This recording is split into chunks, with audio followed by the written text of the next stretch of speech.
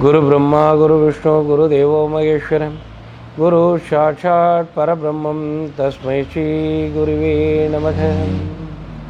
எல்லாம் வல்ல ஸ்ரீ காஞ்சமகா பெரியவா பொற்பாதம் பணிந்து கொண்டு இந்த அற்புதமான வைகாசி மாத பலன்களை பற்றி பார்க்க இருக்கின்றோம். அன்பு விருச்சிக ராசி நேயர்களே, இந்த விருச்சிக ராசி என்பவர்களுக்கு வைகாசி மாத பலன் யோகத்தையும் பாக்கியத்தையும் பலத்தையும் தரக்கூடியதாக இருக்கிறதா அப்படின்னா, விருச்சிக ராசி என்பவர்களுக்கு இந்த வைகாசி மாத பலன் அற்புத பலனை தரக்கூடிய ஒரு காலகட்டம்.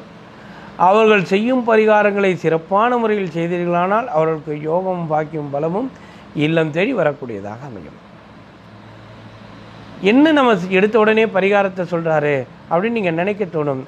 இங்கே என்ன அப்படின்னா, இதுவரை லக்னத்திற்கு 6ஆம் இடத்தில், சந்திரனுக்கு 6ஆம் இடத்தில் குரு பகவான் அமர்ந்திருந்தார்.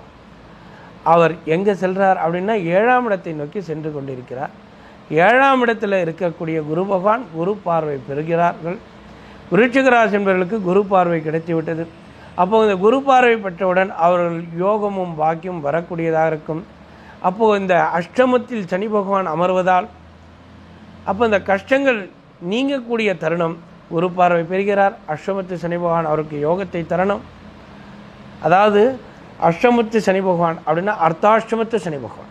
அஷ்டமம் அர்த்தாஷ்டமம் இது அஷ்டமத்துக்கு ஈக்குவலாக வேலை செய்யும். அதனால் உங்களுக்கு அஷ்டமத்து சனி பகவான் என்று சொல்லுவோம். அர்த்தாஷ்டமம் என்பதுன்னா அஷ்டமத்தில் பாதி. அந்த அஷ்டமம் அப்படின்னா ரொம்ப சிரமமாக இருக்கும். அர்த்தாஷ்டமம் என்பது கடினமான ஒரு சூழ்நிலை உருவாக்கும். இப்போது நம்ம நல்லா பார்த்தோம்னா, சனி பகவான் ஒரு ஜாதகத்தில் எனக்கு சனி பகவான் வேண்டாம் அப்படின்னு சொல்கிறவங்க தான் நம்ம நிறைய பேர் பார்த்துருக்கோம். அப்போ சனி பகவான் வேண்டாம் என்று சொல்லக்கூடியவர்களுக்கு பார்த்தோம்னா, சனி பகவான் எங்கெங்கெல்லாம் மறையக்கூடிய இடம்னு பாருங்கள். சனி பகவான் 8 போய் மறையிறார், அது அஷ்டமம்.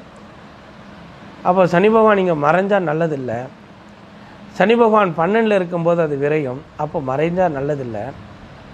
சனி பகவான் 4 போய் நிற்பார், அது பலம் இல்லை, அர்த்தாஷ்டமம். சனி பகவான் கண்டத்தில் 7 நிற்பார், அதுவும் ஒரு மறைவுச்சான மாதிரி தான். அப்போ அங்கேயும் நமக்கு இருந்தால் பலம் இல்லை. அப்போது நமக்கு பாக்கியம் வீட்டிலாம் வரும்பொழுது சனி பகவான் நமக்கு யோகத்தை பாக்கியத்தெல்லாம் தரார்.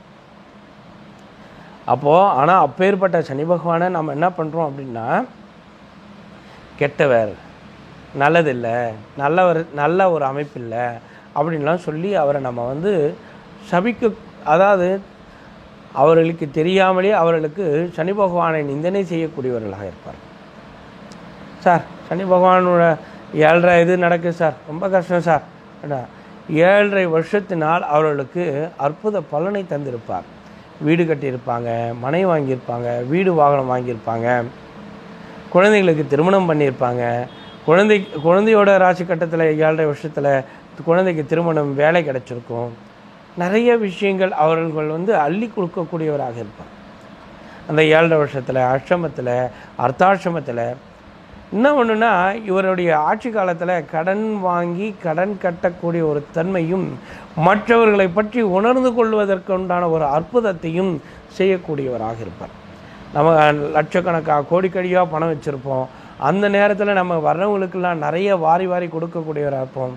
ஆனால் நமக்கு ஒரு இன்னல்கள் என்ற ஒரு சூழ்நிலையில், அதாவது நம்ம அவர்களிடம் போய் சென்று யாசகம், அதாவது அவர்கிட்ட போய் இந்த ஒருகிட்ட உதவி கேட்கலாம் அப்படின்னு நினைக்கக்கூடிய காலகட்டத்தில் அவர்கள் என்ன நினைப்பாங்கன்னா, இவர் எங்கே நம்மக்கிட்ட உதவிக்கு வந்துடுவாரோ அப்படின்றதுனால நம்மளுடைய ஃபோனையோ நம்மளையோ அவர்கள் அவாய்ட் பண்ண ஆரம்பிப்பார்.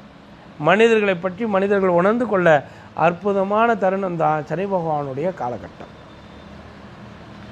அப்போது இந்த இடத்துல குரு பகவான் 7ஆம் இடத்தில் சஞ்சாரம் செய்வதால் குரு பார்வை பெறுகிறார்கள். 4ஆம் இடத்தில் அஷ்டமத்தில் சனி பகவான் சஞ்சாரம் செல்லலாம். இந்த நேரத்தில் திருமணம் ஆகாதவர்களுக்கு திருமண பாக்கியம் வரக்கூடியதாக இருக்கும். சந்திரன் நீசமாக இருப்பார். சந்திரனுக்கு கேந்திரத்தில் குரு பார்வை இருப்பதால் குருவும் சந்திரனும் பார்த்து கொள்வதால் குரு சந்திர யோகம் நடக்கும். அப்போ ஜெயிக்கக்கூடிய ஒரு தன்மை கிடைக்கும். நன்மையை பயக்கக்கூடிய ஒரு தன்மை இந்த இடத்துல இருக்கிறது. விருச்சிக ராசி அன்பர்கள் இந்த வைகாசி மாத பலனை சற்று கவனமாக பயன்படுத்த வேண்டும். ஏன் இங்கே கவனமாக பயன்படுத்தணும் அப்படின்னா, லக்னத்திற்கு 8ஆம் அதிபதியாக வரக்கூடியவர் புத பகவான் 7ஆம் இடத்தில் சஞ்சாரம் செய்கிறார். 7ஆம் இடத்தில் குருவும் புதனும் சஞ்சாரம் செய்வதால் இந்த மாதம் அவர்களுக்கு சில கடுமைகளை கொடுக்கக்கூடியதாக இருக்கும். இது நம்ம கோவில் வழிபாட்டின் மூலியமாக, நாம் செய்யும் தான தர்மங்கள் மூலமாக நம்மளை நாம் தகுநிலைப்படுத்தி கொள்ளலாம், சிறப்பாக இருக்கும். இந்த புத பகவான் 8ஆம் அதிபதி, லக்னத்திற்கு 11ஆம் அதிபதி. அதனால் இந்த இடத்துல அவர் மறைவு ஸ்தானாதிபதி. மறைவு ஸ்தானாதிபதி 7ஆம் இடத்துல சஞ்சாரம் செய்யும் பொழுது கலத்திரம், நண்பர்கள், இதனால் அவர்களுக்கு வரக்கூடிய ஒரு கலத்திரத்துக்கோ நண்பர்களுக்கோ இல்லை அவர்கள் மூலியமாக நமக்கோ ஒரு சில இடர்பாடுகள் நாம் சந்திக்கக்கூடியதாக இருக்கும். நேயர்களை, இதையெல்லாம் தவிர்க்க நாம் செய்ய வேண்டிய சின்ன சின்ன விஷயங்கள் என்னென்ன அப்படின்னா, கருட வழிபாடை மேற்கொள்ளணும். கருட வழிபாடு, பெருமாள் கோயிலில் இருக்கிற கருடனை போய் சுவாமி தரிசனம் பண்ணிட்டு கருடருக்கு அந்த ஒரு 2 நெய் விளக்கேற்றி சுவாமியை கும்பிட்டு பெருமாளை சுற்றிடுவாங்க. உங்களுக்கு யோகமும் பாக்கியும் பலமும் வரக்கூடியதாக இருக்கும். லக்னத்திற்கு 2ஆம் அதிபதியாக வரக்கூடிய குரு பகவான் லக்னத்திற்கு 7ஆம் இடத்துல சூரியன் 10ஆம் ஸ்தானாதிபதியோடு சேரக்கூடிய மாதம் இந்த மாதம். அப்போ தொழில் ஸ்தானாதிபதியை பலமாக பார்க்கிறார். அதனால் இந்த ஜாதகருக்கு தொழில் பாக்கியங்கள் பலத்தை தரக்கூடிய ஒரு அற்புதத்தை இந்த மாதம் வழங்கியிருக்கிறது. இப்போ இந்த ஜாதகர் பெருமாள் வழிபாடு மட்டும் பண்ணால் போதுமா? கருடனுக்கு போய் 2 விளக்கேற்றிட்டேன், பெருமாளை கும்பிட்டுட்டேன், வந்துட்டேன் அப்படின்னும் போது பெருமாளை தரிசனம் செய்த பிறகு சிவனை தரிசனம் செய்யுங்கள். உங்களுக்கு இந்த காலகட்டம், இந்த வைகாசி மாதம் யோகத்தையும் பாக்கியத்தையும் பலத்தையும் தரக்கூடியதாக இருக்கும். எண்ணிய எண்ணங்கள் எல்லாம் நம் நிறைவேற நாம் முருகருடைய வழிபாடையும் மேற்கொள்ள வேண்டும். அப்போது பெருமாள் வழிபாடு பண்ணணும், முருகர் வழிபாடு பண்ணணும். சிவன் கோயிலில் இருக்கிற பெருமாளை கும்பிட்டுட்டு வாங்க. உங்களுக்கு யோகமும் பாக்கியும் பலமும் தரக்கூடிய ஒரு அற்புதமான இந்த மாதம், அற்புதமான மாதமாக இந்த வைகாசி மாதம் இருப்பதில் ஒரு துளி கூட ஐயமில்லை.